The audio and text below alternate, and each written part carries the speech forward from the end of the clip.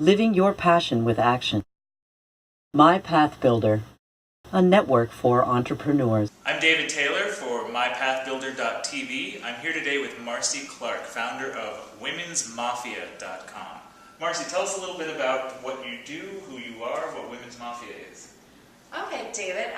So, like you said, I'm Marcy Clark of the Women's Mafia. We're a social club and an online magazine. So, what separates us from a lot of the online blogs and magazines out there is that we bring our members together and we connect our members over causes that we believe in, artists, independent designers, individuals that we believe in, and we get our members together and we create opportunities for these up-and-coming brands as well as our members.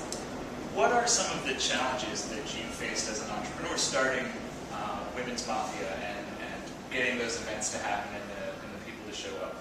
What I would tell people that are interested in starting their own entrepreneurial business, a social club, an online magazine, or I have a PR firm as well, is that you have to work very, very hard, and not only on the projects that you currently have, but sometimes on the project that maybe just completed.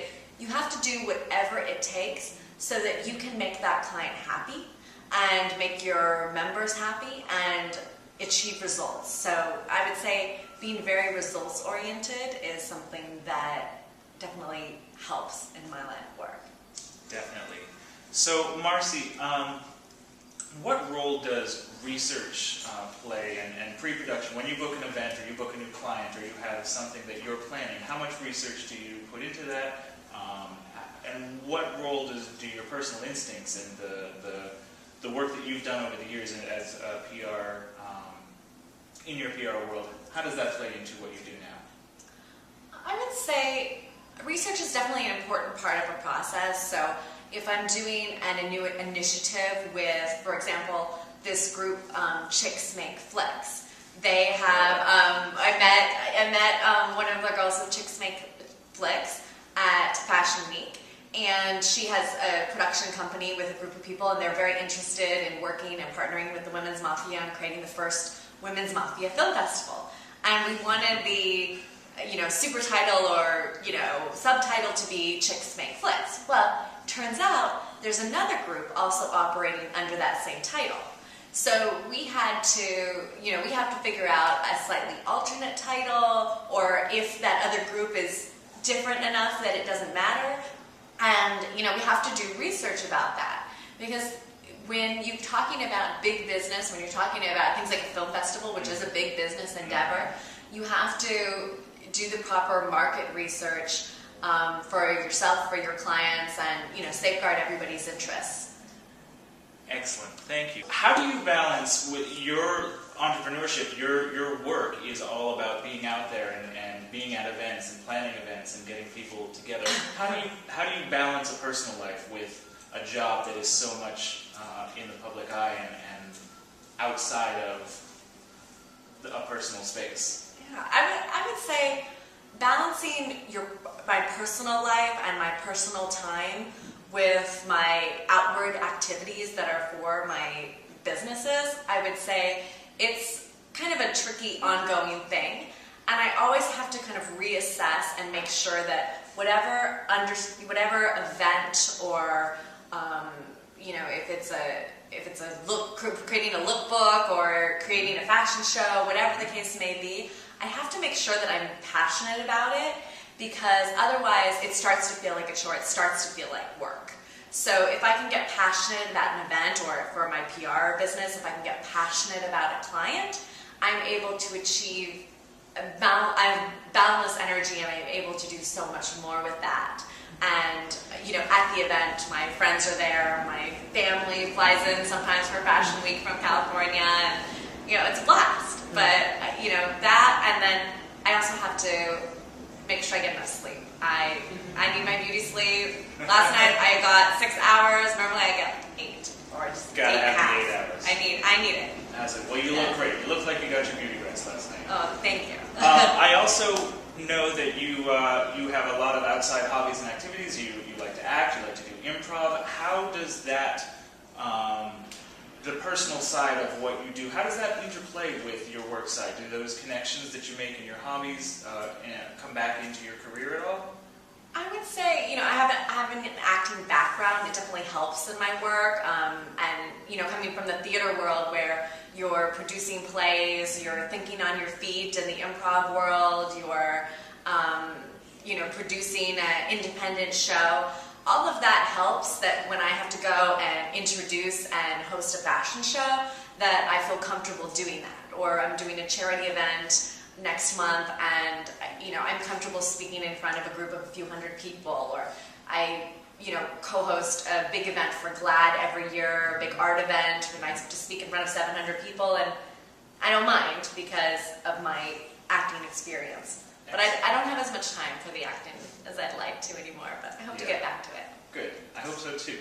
Yeah. So another question about your future goals. Where do you see, I read that a couple of years ago in an article that one of your future goals was to have a bigger political presence with Women's Mafia. Is that something that's still on your plate? Some other goals were that you wanted to be a branding force for some designers, for some retailers. Have any of those goals started to come about? Yes, actually. I would say we've gotten more, definitely we've advanced in being a branding force for designers, for artists, for, independent retailers and brands that we believe in. We definitely, the more members we have, the more readers we have a lot more clout in that area.